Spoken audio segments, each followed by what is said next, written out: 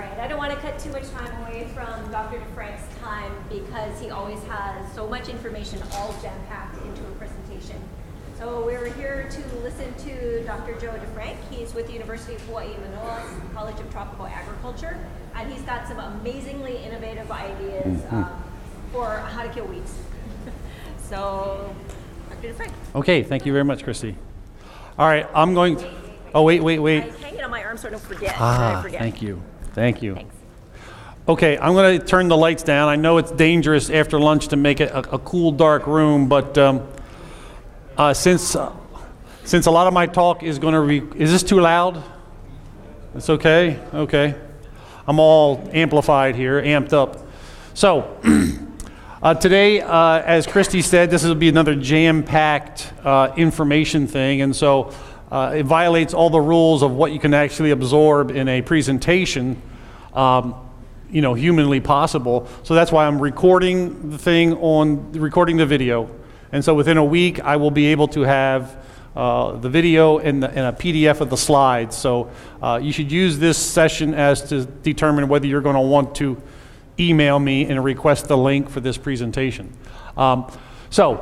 New selective herbicides for weed control in turf in today's date.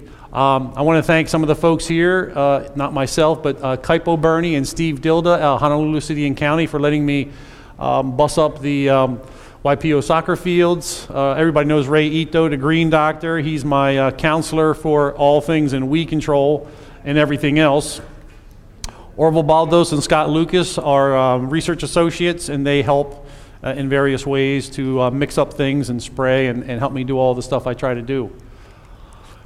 As I mentioned, you need not worry about taking notes because I will have this available on my website in about a week. So when you go to my website and see my smiling face, they're probably saying, what's the website address? It's up there.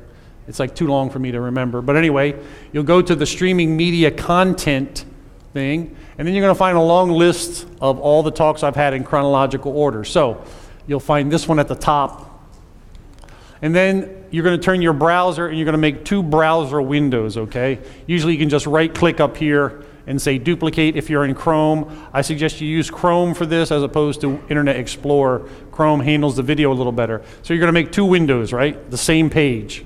One window is going to be to play the video, and the other window is going to be to have the PDF. So you're going to have your computer monitor is going to look like this. You're going to have a little shrink down version of me talking, because you're only going to use the slides in the video to change the slides on the PDF. Because this is going to be high resolution. This is going to be low resolution video with high resolution audio. So this is what you're going to get to duplicate this presentation. These files can be downloaded, so if you're going to take it on a plane or something where you don't have internet access, or you need to play it for a boss or somebody to convince them that what you're going to do, you can also download it and have it. There's no passwords or anything needed. It's all free. Your taxpayer dollars are paying for it. Okay, so what are the 6 topics? Okay, it's going to be a lot of stuff here. So what are we going to talk about? First, I'm going to give you the real quick grassy weed ID. Some of the, obviously the hardest things to control in a grassy turf are going to be grassy weeds.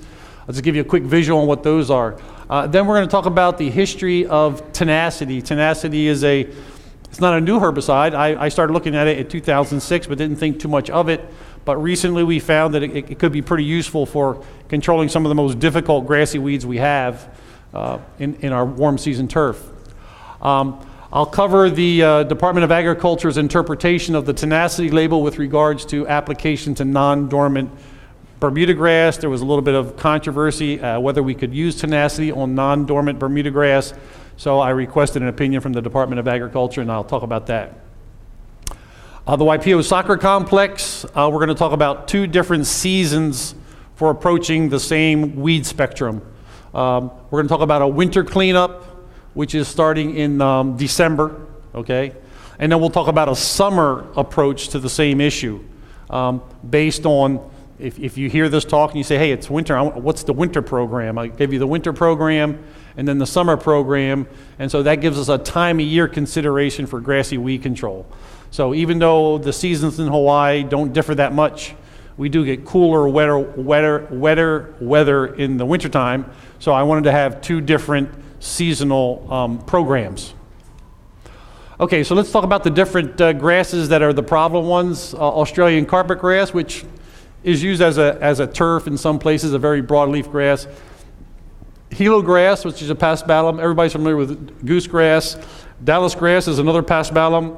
Love grass, it's an Eragrostis. We have two versions. There's the smaller Eragrostis tentella. There's a little larger one, Eragrostis pectinate.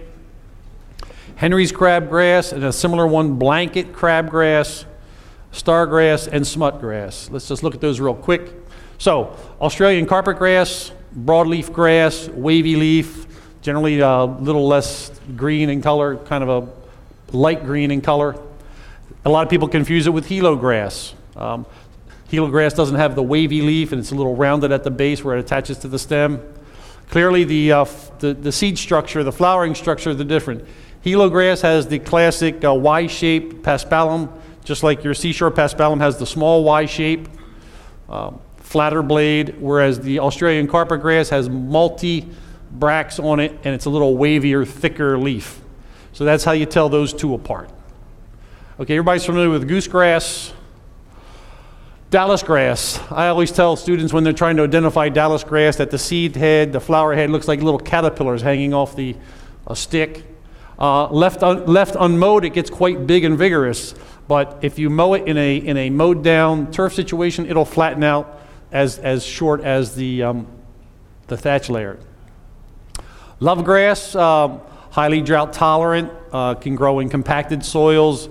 You always see this if it's golf courses by the cart path. You see most of our parks and most of our playgrounds are full of this stuff because they use the playgrounds as parking lots, rain or shine, and so what happens is the love grasses are the ones that can handle that kind of compaction. You have the little short one, which is kind of like a little silvery furry ball of seed head, and then you have the Carolina love grass, classic thing at Waipio where you have the speed bumps. Everybody's driving around the speed bumps, and that's where all the love grass was until they put up those big pile driver remnants. So that's the love grasses. And it's an Eragrostis is the genus. Henry's crabgrass grows in a thick mat, kind of light in color. The seed head, it's a digitaria, but the seed head never really opens up like a true large crabgrass seed head would. So that'll be the extent. This will be the extent of the seed head development. And then carpet crabgrass, a similar one, only it's a shorter, stiffer leaf, but it looks like Henry's crabgrass, but it's actually a different plant. It sort of has the same response to the herbicides, though. Stargrass versus common Bermuda grass. Bermuda grass has an upright seed head, whereas the stargrass has seed head things that kind of come out at right angles. So it's very distinctive to see the seed heads and tell them apart. In a turf grass situation, even though unmowed, stargrass grows up. Stargrass was brought in as a forage. But in a mowed turf situation, it has sort of like a green cast, a grayish cast to it, as opposed to the more apple green of the Bermuda. So that's another weed. Smut grass, everybody's familiar with this. This is the one that when you mow it with real mowers, it tends to lay over and you don't ever completely mow it. We did find that we had good control of this one in this scenario that we're going to talk about today. Okay, so the topic of the thing is new herbicides in Hawaii. So tenacity isn't really new per se. I looked at it in 2006. I'm going to talk about that. But we found kind of a new way to use it recently. It's a single product. It's used on, it says on the label, used only on dormant Bermuda grass, and there's a good reason for that. Has good post-emergent activity, but also pre-emergent activity on the soil also. What's listed on the label as sensitive grasses is zoysia, seashore paspalum, and kikuyu grass. I haven't really studied it, but Ray Ito says that this product will also be effective at removing zoysia from Bermuda grasses. I know at the Waikele golf course, zoysia in the Bermuda was an issue. We didn't really have a good answer back then, but according to Ray, tenacity will be effective in, I don't know about eliminating zoysia, but at least removing it to the point where it's not noticeable. It's a cool season product, generally used on tall fescue and Kentucky bluegrass on the mainland. But we do have use for it here, but it's going to be a situation where how much injury or discoloration can you tolerate in your turf grass setting to get the weed control that is possible. It's safe on centipede grass. Again, Ray Ito says it's good on centipede grass, doesn't cause any injury. The label says you can put it on St. Augustine grass, but only for turf farm use, meaning that it's going to also discolor the St. Augustine grass, but it will be restored. Injury will occur. So if it's St. Augustine, just because it says it can be used on St. Augustine, but when it says turf farm only, that means you will get injury, but they assume on a turf farm you're going to let the grass restore its natural color before you try to sell it. Okay, now the weed control is kind of interesting. We have the crab grasses. We talked about Henry's crabgrass. Henry's crabgrass isn't listed per se, but large crabgrass is, and it's the same genus. Goosegrass, lovegrass, this is post-emergent, yellow nutsedge, and many broadleaf weeds. So you got quite a few different things that we can control with this. Now, looks like a hell of a lot of stuff here. We're going to talk about research that was started back in 2006. And based on what I did in 2006, you'll understand why I really didn't look at it too much afterwards. Then we had the classic trade show tip, like a conference like this, where somebody says, hey, Dr. D, why don't you put a revolver and tenacity together? I already did it. It looks real good. So, okay, I'll check it out. Like I said, I didn't think, he asked me, when are we going to get tenacity for use in Hawaii? I go, well, I don't know. I looked at it, didn't seem to be too interesting. So this trade show tip set me off on this whole thing that wound it up a few years later with this talk today. So we got the trade show tip, and then I check out the trade show tip starting April 2013 with the tank mix of revolver and tenacity, putting the two together, okay?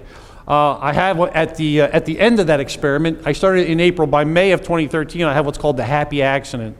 There aren't too many happy accidents, particularly with Honolulu City and County, but this was a happy accident, and I'll explain what that is. After the happy accident, we continued looking at revolver in Celsius applied first, followed by tenacity and Sencor later. The idea is that the one set of herbicides are a different mode of action. They metabolically compromise the weeds, make them sick, and then when we come in with this other herbicide with a different mode of action, it's more effective because the weeds have been already affected, okay? After the happy accident and after I follow up, Honolulu City and County figures, okay, that looks good, Joe. We're going to take your little plots. We're going to spray 8 acres at Waipio. So my little plots turn into an 8-acre, essentially, experiment at Waipio. From the 8-acre experiment, we realized we needed to have a good spot treatment, because when you spray a field that's been relatively neglected for God knows how many years, you're going to have big grass, big weeds, little weeds, everything in between. And a single herbicide approach is hard to get all those different sizes. So we couldn't get all of the big ones, so we figured we needed to have a spot treatment.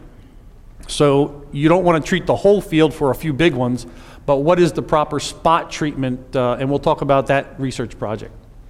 Then after all of that business, we figured, okay, summertime, we can't use the same rates we use in the wintertime, because summertime, the plants are actively growing. You know how hot it's been this summer. So we have a low dose approach. Like, can we get away and just get the very last little bit of weed control in those fields with a low dose combination, try to minimize the injury and get a level of weed control that's worth looking at. Now, tenacity, the product is known as mesotrione, and one of the unique things about tenacity, you can spray, green, mature plant. The mature leaves won't turn color, but the chemical will be actively translocated to growing tips, the root tips as well as the shoot tips.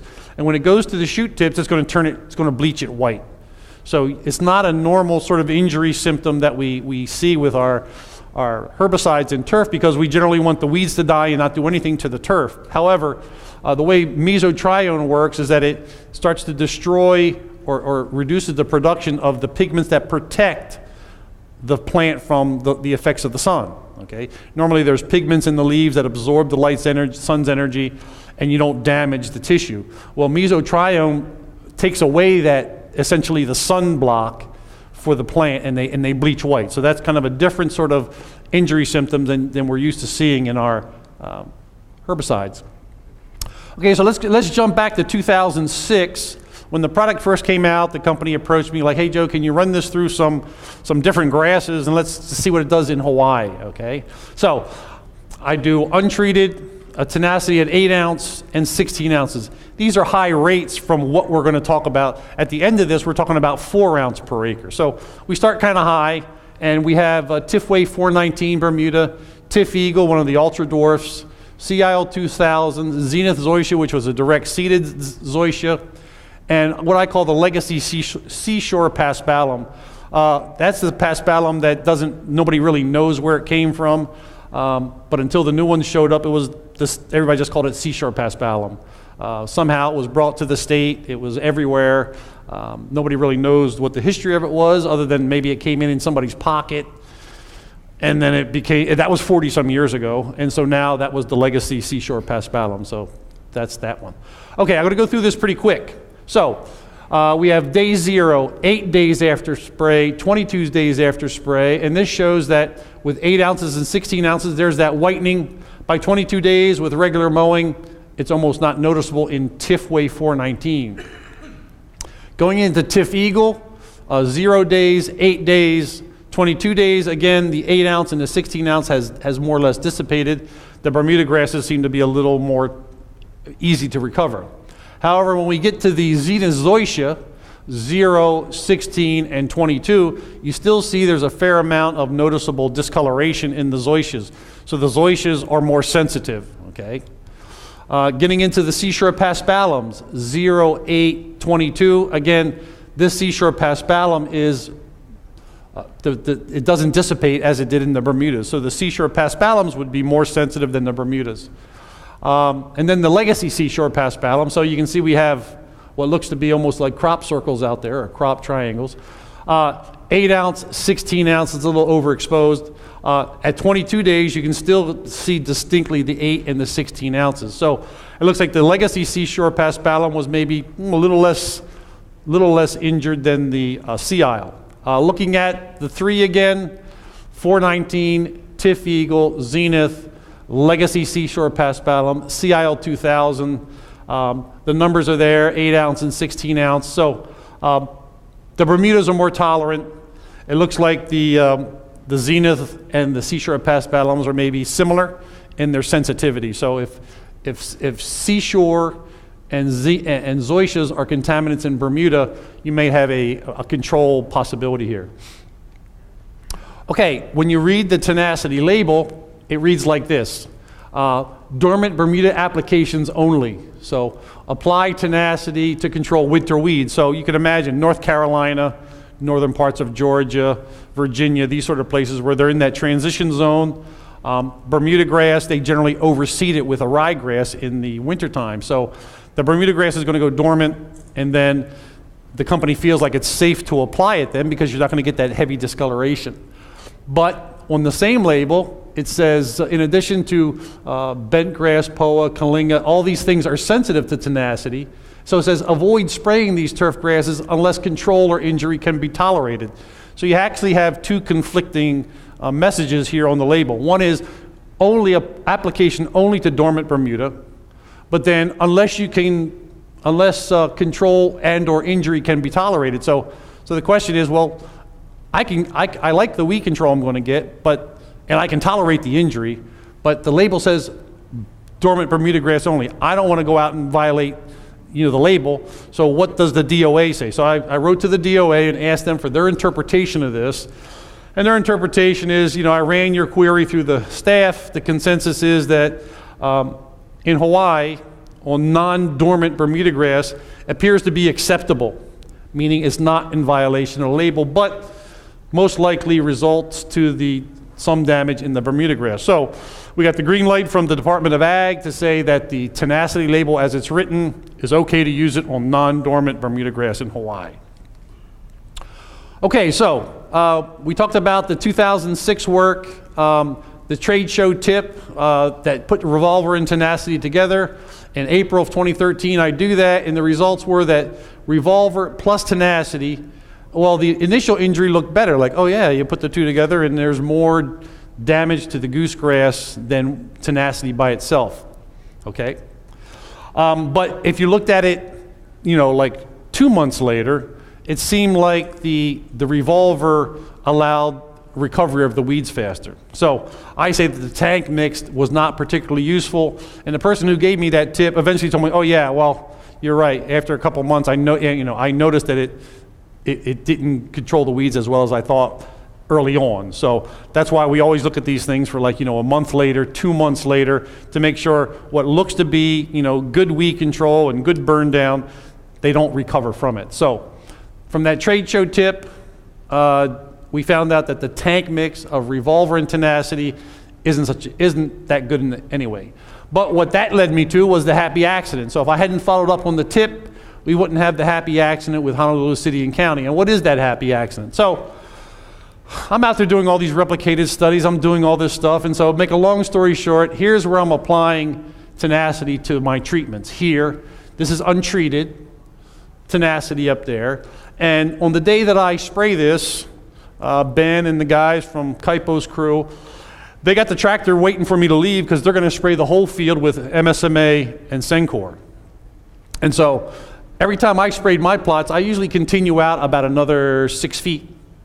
But these guys back the tractor with the boom sprayer, it's a 200-gallon tank, and they start spraying right there and move out. So what we're seeing here is where there was no Tenacity applied, the MSMA Sencor didn't do anything to the Bermuda grass and did something to the weeds. But where I had the Tenacity I sprayed, those guys sprayed, 15, 20 minutes later. You can see the difference. This is without the City and County spray. This is just the Tenacity.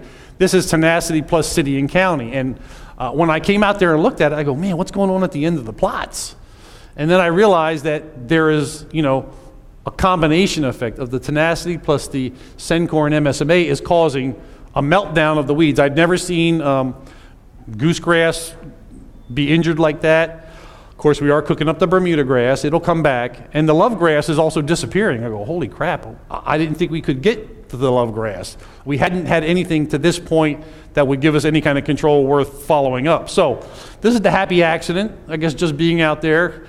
It just so happened that we're there on the same day. It just was meant to be. And so that's the happy accident from City and County. And when you look deep into that, the only thing green in that area was the Bermuda grass. The Bermuda grass is scorched back, but what you're looking at here is the dead bodies of goosegrass, love grass, and the only thing green in there is the Bermuda. There wasn't that much Bermuda in the first place.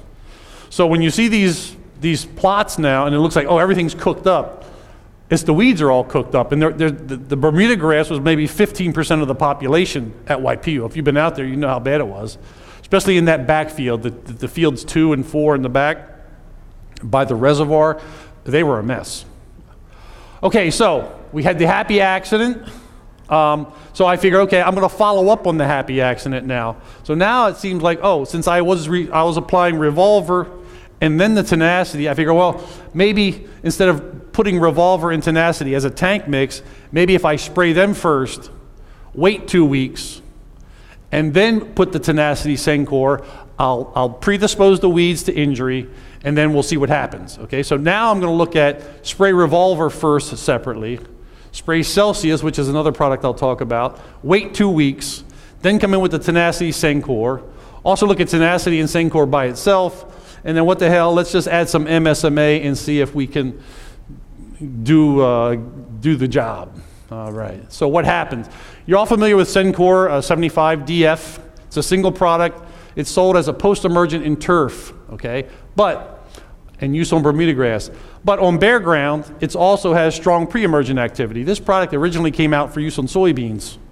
The spray over, direct seeding over soybeans, you could spray, and you would have good pre-emergent activity if you hit bare ground. So that's what it was originally came out for, but we know that when we can spray it post-emergent on goosegrass, it gives us a fair amount of injury. And before the ban, we had the Hawaiian Punch, right? Sencor and MSMA, Simazine and MSMA. That was our mixture, our standard mixture, to give us wide spectrum weed control as well as purple nutsedge control. So since MSMA has been banned, we kind of lost a component of our weed control arsenal. But I think we found the replacement now for that. So,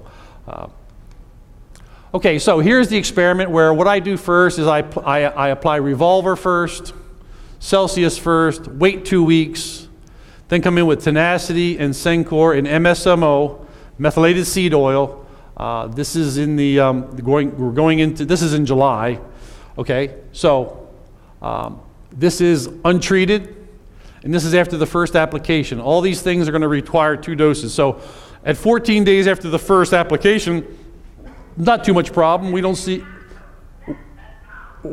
too much injury from the tenacity Sencor there.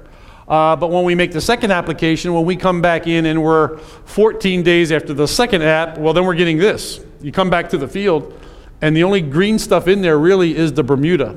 All this was weed. This looks like a nice field of grass, but it's really 15% Bermuda and 85% weeds. So when you go in there and start taking out all the weeds, it looks like a disaster, but really what's happening is all the weed pressure is going. The edges of my plot, there's a taper, so this is essentially untreated here. That's why it fades off. But down the center is what you're looking at, and you got, Bermuda grass growing, and the goose grass and love grass is almost all gone. If we didn't even apply the Revolver or the Celsius first, just put the tenacity Sencor by itself, you still get pretty good control. And then I doubled up in the back of the plots. I double sprayed the plots just for the hell of it. I go, let me just do a double spray in the back. We got all this space. And so this is the double spray of the tenacity and Sencor by itself. And again, you're not looking at injury to the Bermuda grass. You're looking at the Bermuda grass coming back and all the weeds are dropping out. And we never had really good control of smut grass. You guys know what that smut grass is. There was big old circles of smut grass that were dying out back here. So that was another almost impossible to control grassy weed. It looks like we got that too. So this is the before and after. So now we're at December 3rd, 2013, the untreated plot. Here's the 5 ounce, 8 ounces of Sencor, the double spray, cleaned it all up. If you compare it, the lumpy love grass, and now you got a nice solid stand of Bermuda grass. And you just had to endure maybe 3 weeks of the field being relatively scorched up, but the Bermuda grass always comes back. Okay, so what was the results of the Revolver or Celsius, then wait 2 weeks?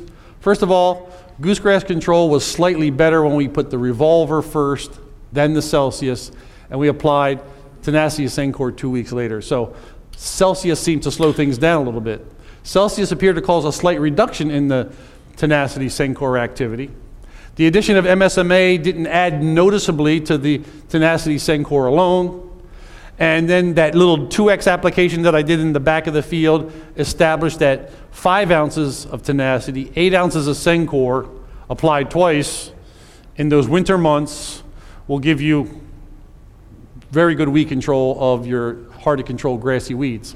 Okay, so here's the history then. Trade show tip, April, the tank mix, not so good. May, the happy accident.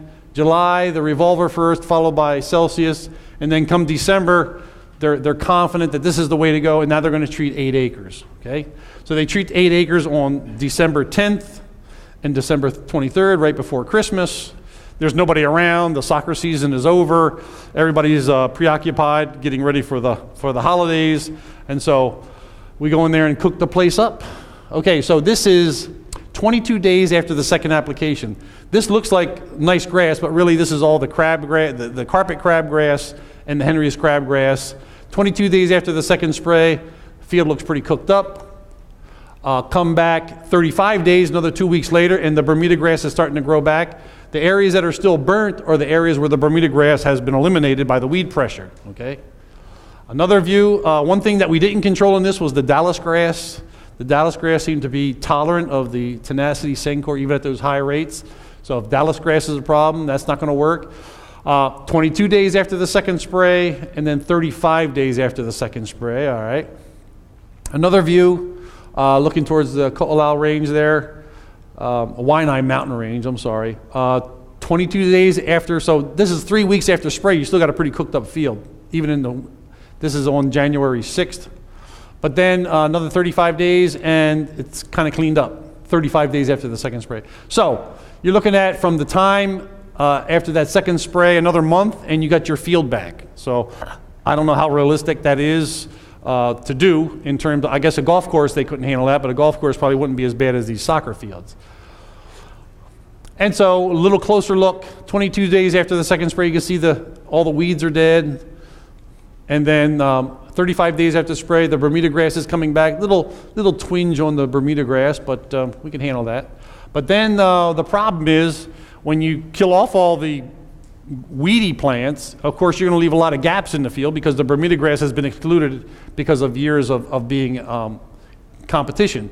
And what you're seeing there as little green specks is all the seedling goosegrass. So you can imagine if the field was loaded with goosegrass and lovegrass for years, once you remove them all, then the seedlings take off, okay?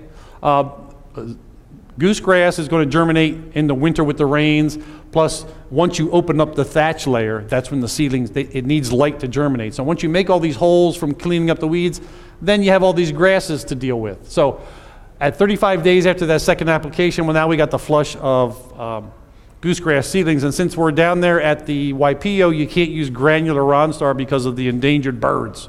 So they can't use granular Ronstar. That would be the preferred product before this occurs. But since we couldn't do it, we're stuck with trying something else. So the conclusion for summer of 2013 and the first quarter of 2014 is that the Revolver and Tenacity tank mix not that useful. Revolver or Celsius 2 weeks prior to Tenacity and Sencor, Revolver was slightly more effective, but not that much improvement, so really not worth doing. MSMA is not needed. Tenacity and Sencor tank mix, I say, is the new MSMA replacement. Tenacity at 4 ounces, Sencor at 8 ounces applied twice gives us very good weed control for many grassy weeds in Bermuda, as well as khaki weed, and the legume out there was creeping indigo. But 20 to 30 days after that Tenacity Sencor, we had a lot of rains, we're going to show you that. You need to have control of the seedlings. Once you open up those fields and you don't have enough Bermuda grass to fill in right away, then pre-emergence weed control needs to be anticipated. So if you recall back to the end of 2013, the beginning of 2014, we had a hell of a lot of rain. So this is on the 4th of February. I'm out there walking around and the water is like above my toes. So it's wet and sloppy. We're 43 days after that second spray. We realized that we had to do something for all that seedling goosegrass, but it was too much rain. We couldn't get back out there, all right? And so this is on the 4th of February. It took them another week to get out there. So on the 11th, 50 days after the second spray, on the 25th, 64 days after the second spray, they're going to come out there with a combination of Dismiss and Barricade. Dismiss to kill the emerged goosegrass. Dismiss to kill the emerged goosegrass, and Barricade to give us some pre-emergence, okay?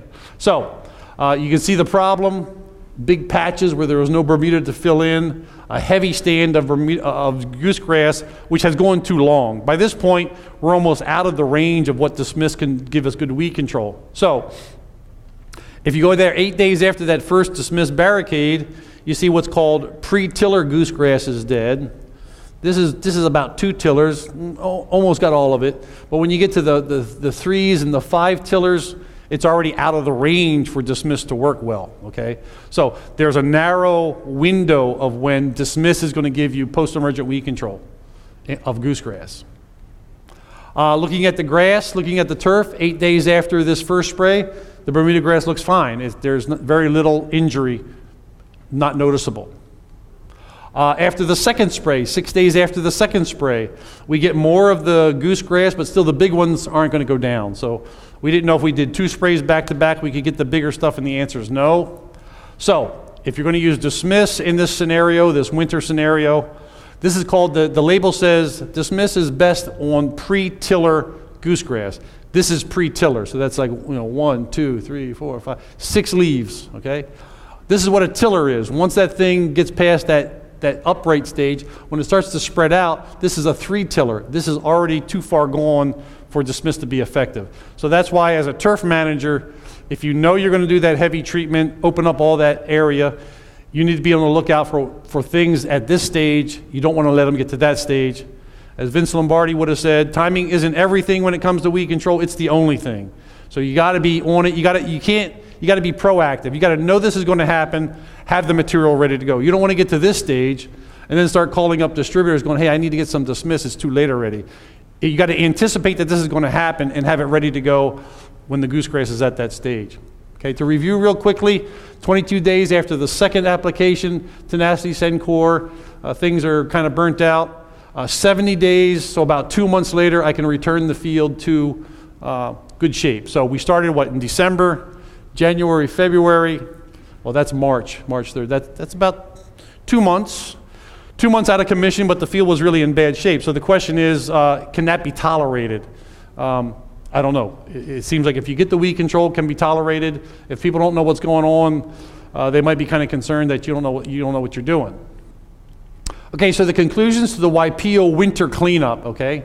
Now, November and December is when the Bermuda grass is most in need of management, because that's when the winter weeds, goosegrass and lovegrass, are cool season grasses. That's when we need the control the most, because that's when they're encroaching on the Bermuda grass, okay? That's why we have this winter cycle, okay?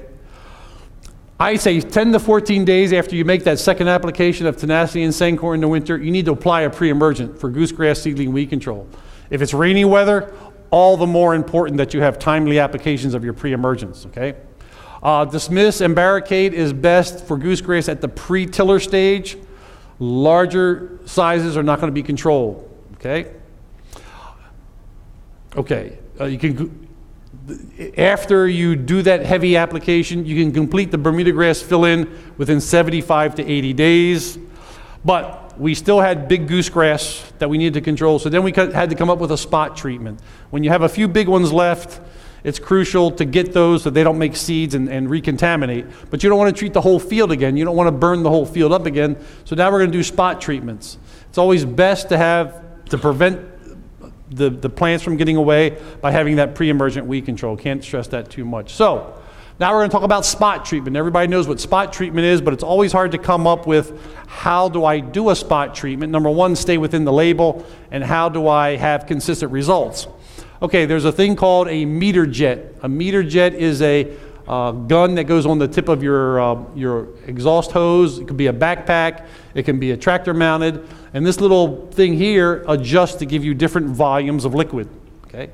Now, if we have what's called a full cone at a certain height off the ground, it'll give me an 18-inch circle. I get a little closer, it'll be a smaller circle. So I've come up with this formula now to say we know what the 1x rate at YPO was. 5 ounces of tenacity, 8 ounces of Sencor, that's my 1x rate. If I want to duplicate that 1x rate on an 18-inch circle, I'm going to take a gallon of water, I'm going to put 1.5 mils of tenacity, 2.3 grams of Sencor, and 38 mils of MSMO. I'm going to put it on 18 inches, and I'm going to dial this thing in to give me 15.4 mils. Okay, so you need to get your metric devices out there. So if you want to make up that spot treatment for an 18-inch circle, that's 1x. 9-inch circle is 2x. 4.5-inch circle is 4x. Okay, so now we do a study. We figure, okay, we need to be able to do spot treatments to clean up that last little bit of large goosegrass. How are we going to determine that? So we're going to do an experiment now. So now we're going to look at, based on the YPO 1x, we're going to do 1 time the YPO 1x, 2 and 4 times. We're going to do these spot treatments are based on the broadcast spray, and we're going to start in March of 2014. There's Orville putting down the treatments. So you get a funny looking field like this, where 6 days after the first spray, of course the 4x has given us the big yellow spots, 1x has given us blemishes, 2x is very noticeable. You go out to 18 days after the spray, 4x is still noticeable, 1x is more or less dissipated, 2x, there's still some slight blemishes. A little closer look at 32 days.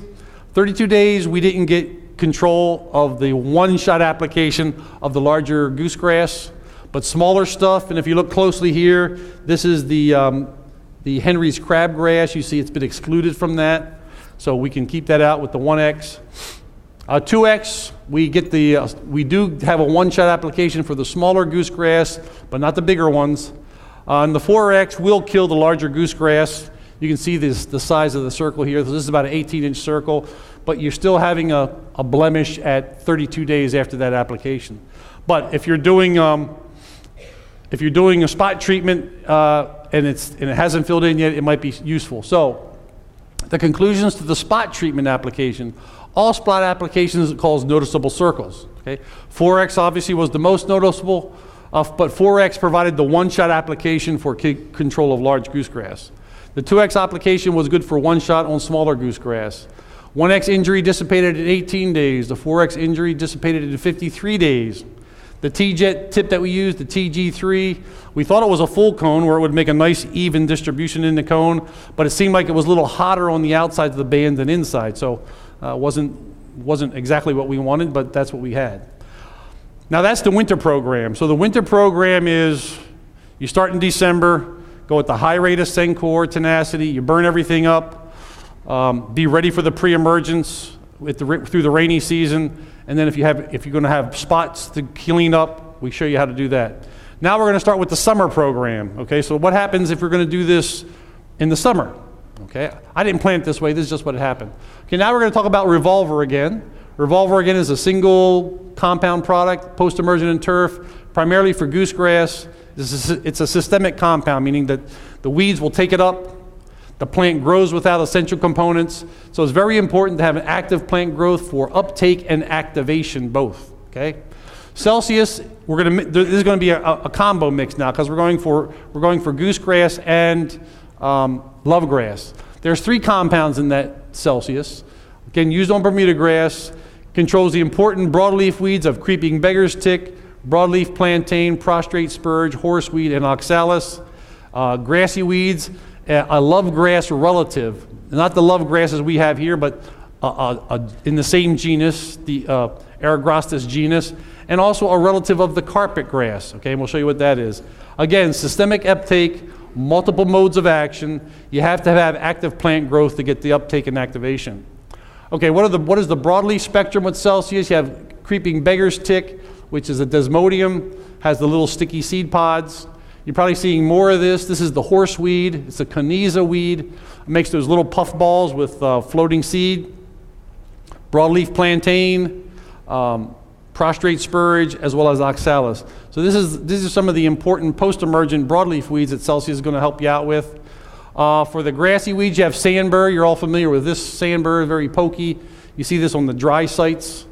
A relative of the carpet grass that I showed you originally, Anoxipis affinis, and then a relative of the local lovegrass, Eragrostis ciliaris, which is called gopher tail lovegrass because it has like a little gopher. I guess that's what a gopher's tail looks like. I don't know, but that's why they call it a gopher tail lovegrass. So since they're in the same genus as the weeds we have problem with here, we assume that they'll give us some performance on the local versions. Okay, Spectacle is a product that came out about 1.5 years ago.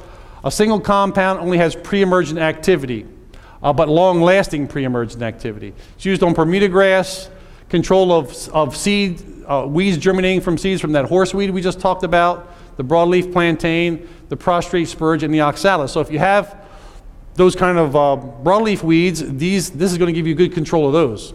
There's also good control of grassy weed seeds, Henry's crabgrass, goosegrass, guinea grass, and green kalinga, a sedge that grows from seed. You get 4 to 5 months of control with 3.7 ounces per acre, which is pretty amazing. 4 to 7 months. It really is amazing. Irrigation is required for activation. You should be expecting root pruning of weeds and the turf to some extent. Okay, so now we're going to talk about the summer protocol, and this is what happened out at Waipio. They start off in May of 2014 with a mixture of CN9 and Spectacle. CN9 is a liquid fertilizer that they foliar feed the grass with to get it pumped up. On June 3rd, they come in with the Revolver at 26 ounces, Celsius at 3. 5 minutes, okay. Celsius at 3, Liberate. 17 days later, they make the second application. You got to remember, you need a little bit of time there. If you apply them too close, you waste it. 40 days after the second application, you have a visual cue of what's going to happen to the goosegrass and lovegrass. We got rid of most of the goosegrass, but the lovegrass is still looks normal. But it's easy to pull out. You can just go up, tug on it, and out she comes. So what's happening there is that the combination of Revolver and Celsius is killing off the old roots and making the new roots pop. So you have a visual cue of new flush of roots about 40 days after that revolver Celsius to come in with our Tenacity Sencor for the summer treatment. So those roots are being prevented from entering the soil by the spectacle. We get the kill off of the old roots, and that allows these adventitious roots to pop on the goosegrass. So that's our visual cue as to when we start the Tenacity Sencor for the summer months. This is what it looks like on August 1st. Again, that application got rid of most of the goosegrass. This is what the field would look like without the revolver Celsius. You got this big goosegrass, real nasty. So we come in with what's called the low dose. Remember, we talked about 8 ounces of Sencor in the winter, but now we're at 4, 2, and 1 ounces in the summer. 3 days after those applications of the Tenacity at 5, Sencor at 1, 2, and 4. 3 days, you're starting to get the pattern set up. At 7 days, it's more obvious. A lot of this also is the weeds burning. But what's happening is that those succulent adventitious roots that I talked about that are being forced, the chemical is translocated to those growing tips from the tops as well as the bottom. So the roots are starting to go. That's at the 2 ounces of Sencor.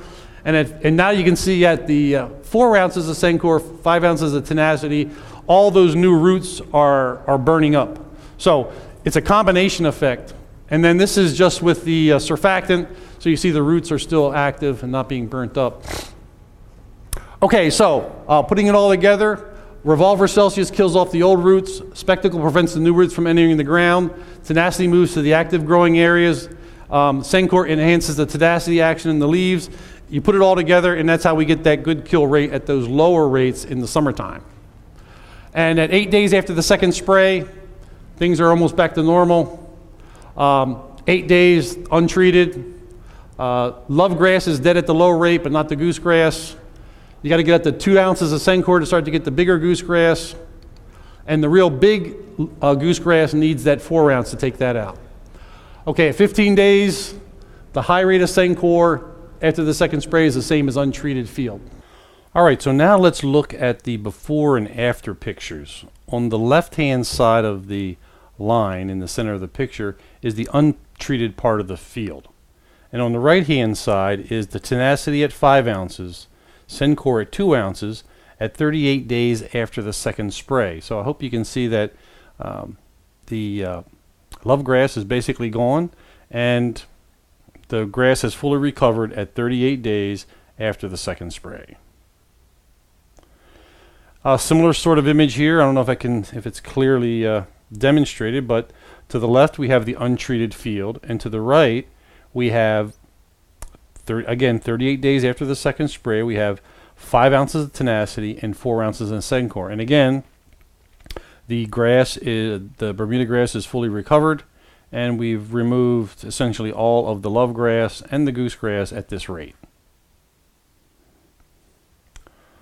All right, now let's put it all together here. Now this discussion is gonna be for starting love grass and goosegrass control in Hawaii during the fall winter season. So in Hawaii, that would be November, December, starting in the winter season.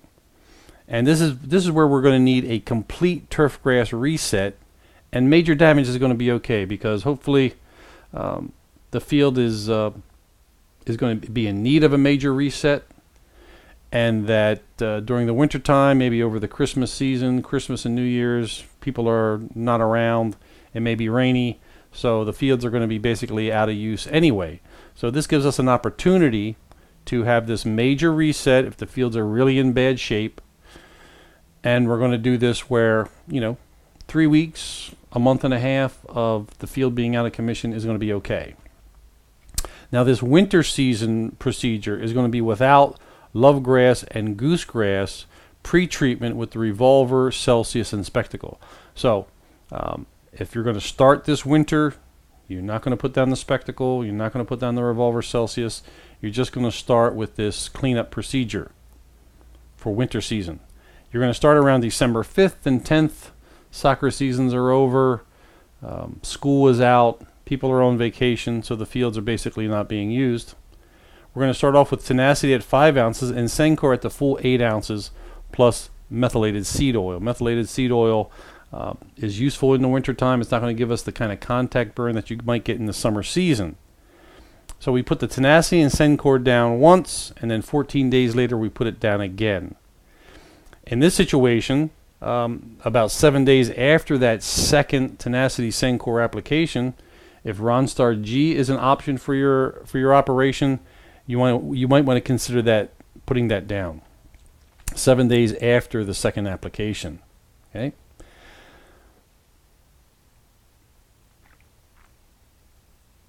And after the Ronstar application, you still may have a few large goosegrass, lovegrass weeds present that just weren't controlled for everything that you've done up to this point. Then you want to be able to make your spot treatment applications as we discussed previously.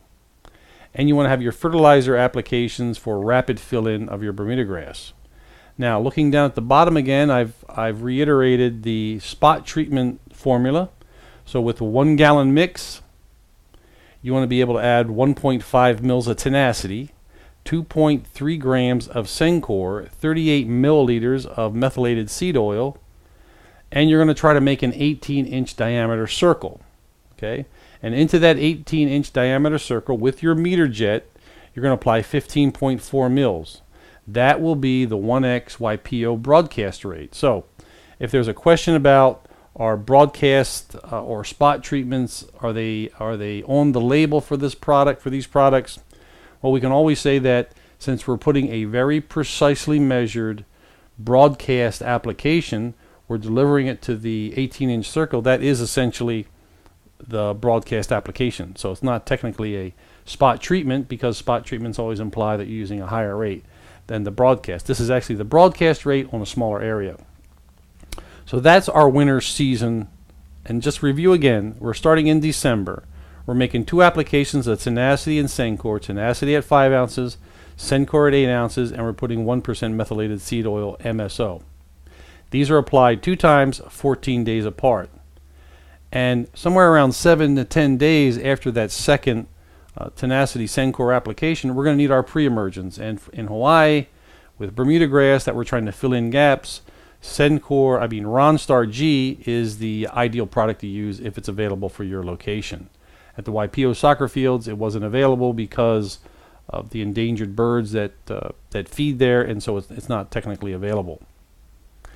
You have to have in mind that even though we've done all these applications, our larger goosegrass and lovegrass survivors may be present, and so spot treatment is going to be what you got to be prepared for, to take out those last few big ones, because you don't want them surviving and then providing a source of seed contamination after you've cleaned up the entire field. And remember, fertilizing for rapid recovery and fill-in. And we can also review again, putting it all together for lovegrass and goosegrass control, where we're looking at a spring and summer season, okay, where Bermuda grass damage must be minimized. So this is a situation where maybe you only have about a month, 30, 40 days before a large tournament. You need to clean up a kind of a messy field. You're going to try to start somewhere around April to August. And the first thing we want to do before we start this summer cleanup is to provide a good base of fertilization to the existing Bermuda grass sod. What we've seen here in Hawaii is we use the foliar feed of CN9, and if you're applying a liquid foliar feed, you can also add Spectacle at 3.5 ounces per acre. That's going to give you upwards of 4 months of pre-emergent weed control for the species that we discussed. Plus, we're providing that all-important root pruning of adventitious roots that are going to pop on the goosegrass and lovegrass, prevent them from tacking down, and giving us the opportunity to start these other post-emergent control systems. So we're starting in April to August. We're going to foliar feed, and we're going to include Spectacle at 3.5 ounces per acre in that foliar feed. 40 days after uniform irrigation and mowing, we want to start our Revolver Celsius treatments. Okay, so Revolver at 26 ounce per acre, Celsius at 3 ounces per acre. Now, instead of using the methylated seed oil in the summer, we're using a non-ionic surfactant at about 0.25% on a volume basis. Again, Methylated seed oil in the hot summer days of Hawaii. We've had a very hot summer season here in 2014. And the methylated seed oil would most likely cause us a little bit too much contact burn. Non-ionic surfactant doesn't have that problem. We're going to make 2 applications 21 days apart. Now, the reason why we are specifying 21 days apart for the Revolver Celsius application is because these 2 compounds represent a mode of action that metabolically poisons the grasses. And so those grasses are being metabolically poisoned, they're being compromised, and if you come in too soon after the first Revolver Celsius application, you're dealing with a plant that is incapacitated and doesn't have the ability to absorb the second application. There's no new foliage. So what I say is that you have a visual cue for your second application of your Revolver Celsius, and that's going to be new leaf growth. I would say at least 2 to 3 buds of new leaf growth, because now you know that the plant has somewhat recovered. You have fresh foliage to absorb the chemical, and you may even have some new root growth to also absorb. So we want to wait 21 days for that second application. Even though the label may indicate 14 days, I'm recommending that we wait a little longer, 21 days, or wait till you see that new growth forming on the goosegrass and lovegrass. Okay, so you see the new growth, and that's your cue for the second Revolver Celsius application. Now, there's a similar sort of visual cue that's going to get you to spray the Tenacity and Sencor, 5 ounces of Tenacity, 2 to 4 ounces of Sencor, depending on the size of your goosegrass. Now, the cue you want to see after the Revolver Celsius application is the breaking of the adventitious roots from the stem nodes on both types of plants. Okay, that root breaking means that the main root system has been compromised. The auxins that are preventing those root buds from breaking is now released, and the plant is putting a lot of energy into new root formation. So once we see that, in this case it was 35 to 40 days in Hawaii. Maybe it'll be shorter, maybe it'll be longer based on your local conditions. But once you see that active root growth, then it's time to apply the Tenacity and Sencor. Why? Because the Tenacity is going to move to rapidly growing apical tips. That's going to be new foliage in the apical tip, as well as new root initials. So you're really setting up the plant to translocate that Tenacity down into the root zones, and as we showed you earlier, those roots just dry up. So you make your 2 applications of Tenacity and Sencor about 14 days apart after you see your growth cue of adventitious roots forming from the stem buds, and sometime going into the next rainy season, if you started this in the summer, you want to put your spectacle down. You want to give the Bermuda grass a chance to fill in any gaps you may have generated, and then put that spectacle down before the next rainy season. Okay, so that's our winter protocol and our summer protocol. Slightly different, timings are slightly different, but we feel like this is what we've seen in a case study, and this is the recommended protocol at this time. Things could change. Now, I want to switch gears or change gears here briefly, and we're going to talk about another project that I'm working with at the Hawaii State Department of Transportation, and this is the concept of using native Hawaiian plants on the roadways for not just to exclude invasive species, which are the roads are known conduits for invasive species, but we have a slightly different approach here, is that now we want to look at producing seeds of native Hawaiian plants on our roadside right-of-ways.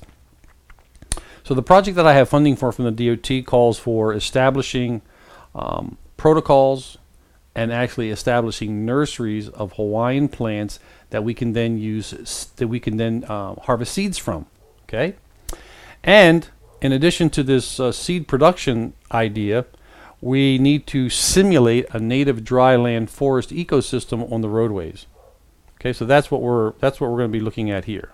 Now, the DOT funded project is between the years of 2013 and 2016, and briefly some of the project objectives are to develop establishment and maintenance protocols for planting of native Hawaiian grasses on the roadside. So what this involves is we're doing some herbicide tolerance studies from various native Hawaiian plants.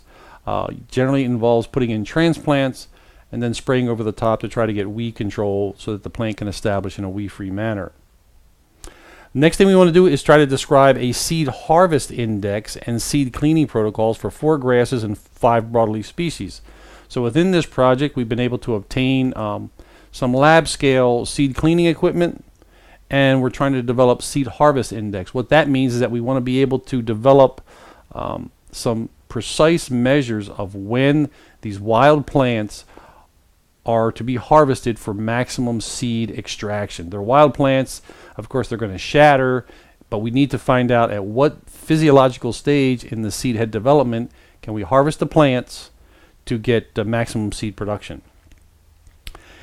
And so in addition to the research that's involved in those first 2 objectives, we have a very real installation effort, which is 8,000 square foot plantings of 5 broadleaf native Hawaiian plants, again on the roadside areas. So that's a not as much research, but just an actual installation of putting it all together here. In addition to producing seeds, conducting the research for seed harvest index and establishment and maintenance protocols, if that wasn't enough, now we're looking at installing demonstration plantings to simulate a native dryland ecosystem on the roadside areas. So this means that our roadsides are going to look a little different than what most people are used to. And let's take a look at how some of these objectives have manifested themselves in actual on-site projects. So here's an example where we're working with the Pioneer group out there in our Kunia area. John McHugh has been graciously offered his help to promote our efforts. And so along one of their roadways, we established a herbicide tolerance study where we have what you're seeing there is Emaloa on the left and peely grass on the right, the large peely grass on the right. And so what we did here is we grew out transplants, put them in the ground. Over the top we applied Spectacle, which is a turfgrass herbicide, as well as Ronstar granule. And what we know from this is that the Ronstar granule is effective on both, or is safe and effective on the peely grass as well as the Emaloa. The Spectacle as a spray application is also okay on the peely grass, but when we put that Spectacle over the Emaloa, it sort of got down into the crown and did cause some root pruning and some loss of root integrity. So what we know that is when we plant transplants of these 2 grasses, Ronstar G is going to be the herbicide that's going to give us good weed control and safety on the plants. Just to give you an idea of what these herbicide experiments look like, here we are at our Magoon facility. Got my graduate students there in the background, and so what you can see in this image is that there's plots, your typical herbicide experiments, where some plots are completely consumed in weeds, other plots have nice clean. In this case, the Hawaiian term is uhaloa, and it's in America Waltherius or America indicus. And here's another picture of shows you the 3 types of responses you sort of get here. In the middle, of course, is the untreated control, and that's completely consumed in weeds. To the right is the Spectacle, which causes some stunting on that particular native species. And to the right, and to the left, you see a larger plant. So that one is, and that's what we're looking for: optimum growth, weed-free conditions, so we can produce seeds without having weed seed contamination. So that's kind of what our herbicide studies look like. Now, we're also supposed to install roadside demonstration plantings to simulate native dryland ecosystems. So what we're looking at here is a conservation enclosure on Molokai. This is conducted by the Molokai Land Trust. And so you're seeing at least 5 or 6 different native plants. Some are more upright, some are prostrate growing. There's grasses, there's broadleaf weeds. And so this is a mix of native Hawaiian plants, extremely drought tolerant. There's an exclosure there because of deer predation, and they are using the durable Netafim drip irrigation to grow these plants, not luxuriantly, but very conservatively.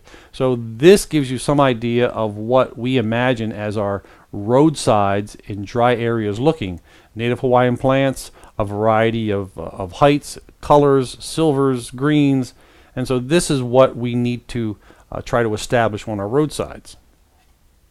Now, one of the ways that we do this, some people believe that we can just take a mixture of seeds, blow them out on the bare ground, and miraculously get a native Hawaiian dryland forest. However, from an ecological point of view, that's not the way things actually work. Generally, you have a succession of species from the pioneering species up through the more long-lasting persistent species. So with that in mind, up in the upper left-hand corner, you can see we're dealing with a on-ramp to the H1 freeway, where, I don't know if you can see it, but what we have is transplants of peely grass growing along drip lines that are approximately 4 to 6 feet apart. We can grow the grass in a relatively pure stand by using pre-emergent herbicides, some post-emergents. We can get the peely grass growing in a vigorous, clean manner with fertilizers and irrigation. So peely grass, when it's treated right, will grow a lot of grass, as most grasses do, and produce a lot of mulch. So the mulch is produced, and we mow it down to make the peely grass very compact, very dense. And all the mulch that's produced from this effort conserves moisture, keeps the weeds out. And so when we do get around to planting our broadleaf natives, we plant them in a densely mulched ground. So with this succession of grasses first, gives us a chance to get a nice clean establishment. We fertilize the grass to generate a lot of mulch. As you see in the right-hand side, the grass is growing nice and dense. It's producing a lot of seed. And then we come in and put our native plants into that area. So in this image, you see that this is a very steep bank. We've grown the peely grass. We mow it periodically to make it thick. If you don't mow it, it gets kind of long and lanky. But if you do cut it with a sickle bar mower, you don't want to use a line trimmer. But we generate all this mulch that gives us the weed control, the moisture retention, so that when we bring in our broadleaf plants, they establish, well, it's relatively weed-free. So that's the succession. So it takes some time. It's not the normal come into bare ground, blow down a bunch of seeds, grow it, try to keep the weeds out, and then walk away. This is a more slow and deliberate establishment of multiple species at different times from start to give us a more ecologically sound way to establish our native plants. Okay, so that's the simulated roadside demonstration issue. Now, when we want to grow natives just for seed production, it's going to look something like this. This is University Avenue in Manoa Valley. We essentially cover the entire site with weed mat, generally used in nurseries, a durable plastic. And this is to keep the weeds out, because now we're going to grow seeds, and a lot of times these native plants shatter. That means they drop the seeds at various times during the maturation process of the seed head. So the seeds, if they drop on the plastic, we can go in there with a vacuum and suck those seeds up off the ground, off of the plastic, without having to worry about sucking up dirt and weeds and everything else. So this is what a seed only or a seed production nursery looks like in my mind. So here we are. This is Uhaloa again. This is on the University Avenue and the on-ramp to the H1 westbound freeway. And we're trying to do this with about 5 different natives. So that's why we go with this high input, drip irrigation, black plastic mulch, and we have an ideal system and surface for producing seeds. And after about 8 months, everything fills in, and then we can go in there and actually cut the plants, and we can actually lay them on the plastic so that they dry out. So when we take them to be cleaned and threshed, we have dry material, and if some of the seeds do fall off during that drying process, they're right on the plastic. So this is what we envision this dual effort of. One is simulated dryland ecosystem establishment. The other one is taking those same plants and having a different approach for producing exclusively seeds. Now, there are also, of course, parts of the freeway right-of-way that may not be so conducive to a seed production because they're so steep and it's just hard to work. It's hard to keep weeds. It's hard to walk and even get in these areas. So we're looking at another experimental sort of establishment. This is on the abutment of the H1 freeway, again off of University Ave, and there's my graduate student Orville walking on a relatively steep piece of land. So what we've done there is, again, we always have, in this particular site, we have Bermuda grass as a weedy species that keeps coming back at us. So what we've done is, again, we try to do as best we can to eliminate the Bermuda grass with herbicide sprays, but ultimately we cover it with this plastic mulch. And in this situation, I used surplus. We have a surplus properties branch where we can buy materials that are recycled from the military. And what you're looking at as a grid pattern there is cargo nets. So we took the cargo nets, we attached them to the ground with various types of pins. And to that, since this is so steep, anything that you try to put on there in terms of a pot or in this case a soil tube would just roll down the hills. And if we have a big rain, we don't want everything washing away. So the concept here is to cover the ground to exclude weeds without additional herbicide applications, without a lot of labor. In the upper left-hand corner, we're filling these soil tubes. These soil tubes were obtained through a local distributor, Exacta Sales. Lawrence is the man you want to talk to at Exacta to get this stuff. So these are, you're all familiar with these gutter eels or these erosion-controlled tubes that come pre-filled. Well, this is a situation where you can buy this grow tube or media sock empty and then fill it yourself. So we developed a little frame to put the sock in, then we're just shoveling in Menehune compost, and then we take those long tubes, which are pretty heavy, and we use cable ties to attach them to the hillside. I don't know if it's really apparent, but you can see in that upper left-hand corner there looks to be drip lines that are being fed into the tubing as we're filling it. We used standard vegetable drip irrigation. We took 3 lengths of it, tied it in knots, and embedded it inside the tube so that when we attach that media tube, which is quite heavy, to the cargo nets, the drip irrigation tubes, which are quite durable, especially when you put 3 together, it keeps the bag, the tube, from sagging too much in between the connections with the cable tie.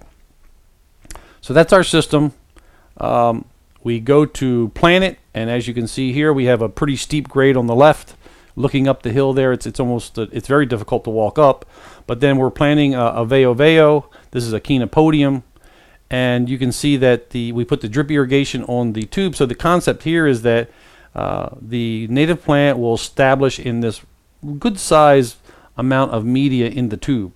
And then we actually want it to penetrate the soil tube, penetrate through the plastic, and grow into the soil.